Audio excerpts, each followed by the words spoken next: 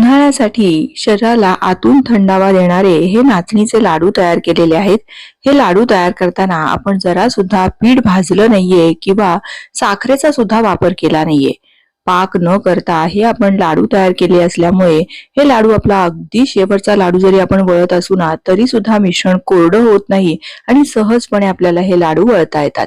बघा, अतिशय मस्त असे आपले हे मऊसूत तरीही दाणेदार असे हे लाडू तयार झालेले आहेत। हे लाडू तयार करण्याची साधी, सोपी आणि अचूक पद्धत पाहणार आहोत। नमस्कार, मी प्रिया, तुमच्या सगळ्यांचं खूप खूप मनापासून स्वागत। इथे मी एक भांड घेतलेलं आहे आणि त्यामध्ये साधारण 1 कप इतकं बारीक दळलेलं हे नाचणीचं पीठ आहे।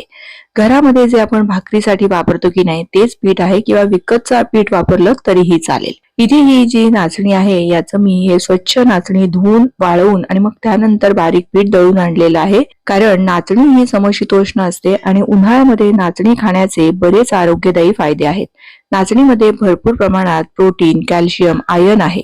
आता आपण यामध्ये पाव कप इतका बारीक रवा घालणार आहोत। बारीक रवा नसेल तर मग जाडा रवा मिक्सरला फिरवून घातला तरीही चालेल।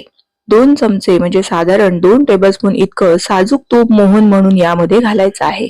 जेव्हा आपण कोरड्या पिठाला असं मोहन लावतो त्यावेळेस ते लाडू दाणेदार तर होतातच, पण मस्त असे खुसखुशीत आणि खमंग तयार होतात। बघा, असा मुटका वळतोय इथपर्यंत आपल्याला तुपाचं मोहन लावून घ्यायचं आहे। अगदी गरज वाटलं तर आणखीन अर्धा चमचा तूप घातलं तरीही चालेल।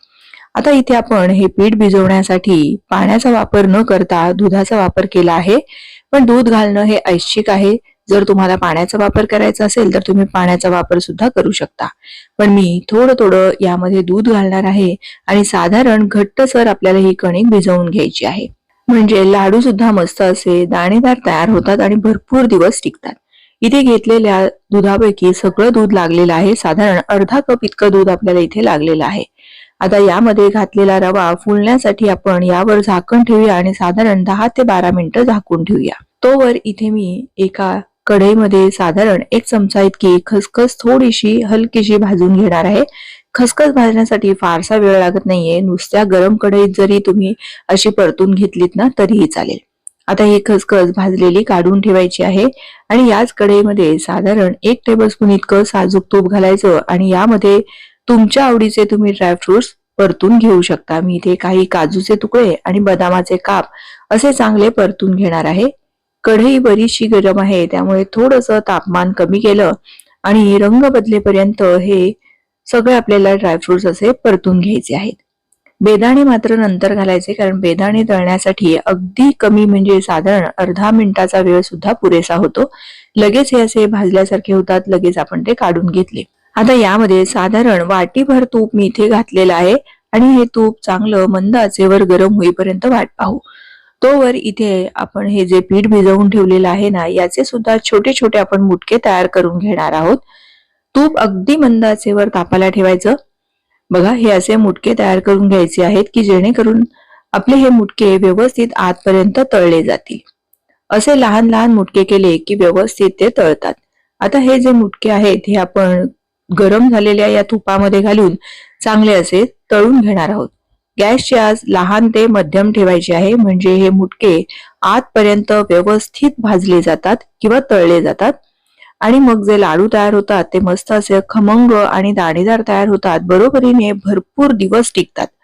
आपण यामध्ये जरा सुद्धा पाक केला नाहीये, कुठेही पाण्याचा वापर केला नाहीये, त्यामुळे महिनाभर जरी राहिले ना तरी सुद्धा हे आपले लाडू अतिशय छान होतात। फक्त तुम्ही हे जे मुटके तयार कराल ना ते मात्र लहान करा आणि रंग बदलेपर्यंत खरपूस असे तळून घ्या। हे असे खरपूस जेव्हा तळतो त्यावेळेस लाडूचं शेल्फ लाईफ सुद्धा ना वाढतं, म्हणून आहे ना व्यवस्थित आतपर्यंत बघा रंग असा बदलला गेला पाहिजे। आतला रंग जर फिका असेल तर पुन्हा तुम्हाला हे मुटके तोडून असे तळता येतील, पण आतपर्यंत रंग व्यवस्थित बदलला गेला आहे त्यामुळे मी पुन्हा हे तळणार नाहीये। जर जाडजाड मुटके केले तर मात्र तुकडे केल्यानंतर सुद्धा तुम्ही तळू शकता। आता यामध्ये मी साधारण पाऊण कप इतका गूळ घालणार आहे।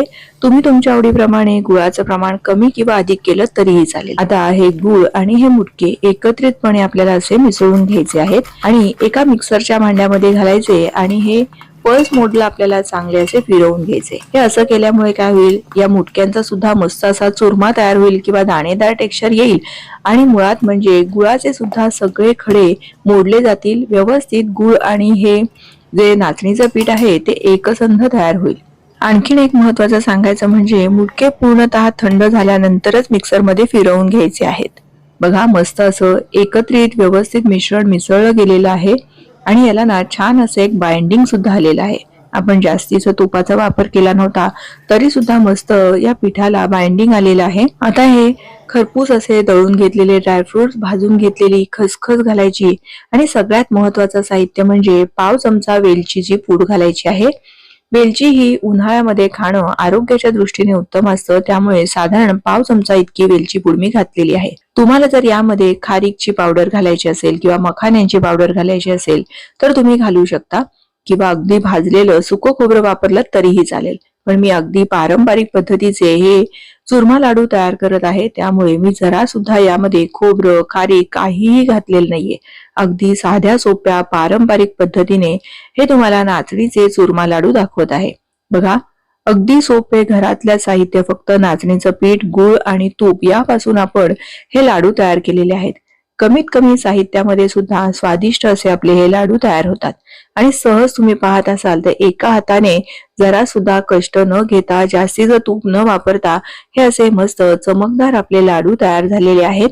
नाचणी ही शरीराला आतून थंडावा देते, त्यामुळे उन्हाळ्यामध्ये हे लाडू खाणं आरोग्याच्या दृष्टीने खूपच फायदेशीर आहे. आपण यामध्ये गुळाचा जरा सुद्धा पाक केला नव्हता, त्यामुळे अगदी कधीही हे लाडू वळले ना तरी सुद्धा शेवटचा लाडू वळेपर्यंत मिश्रण जरा सुद्धा कोरडं होत नाही. आणि नाचणीमध्ये भरपूर प्रमाणात आयर्न, कॅल्शियम, प्रोटीन असल्यामुळे हाडांना बळकटी देण्याचं काम हे नाचणी करत असते. म्हणून लहान बाळ असो किंवा वयोवृद्ध असो, आजारी व्यक्ती असो, ज्यांना अशक्तपणा आला असेल अशांसाठी सुद्धा हे लाडू अगदी तोंडात टाकताच विरघळणारे असे तयार झालेले आहेत.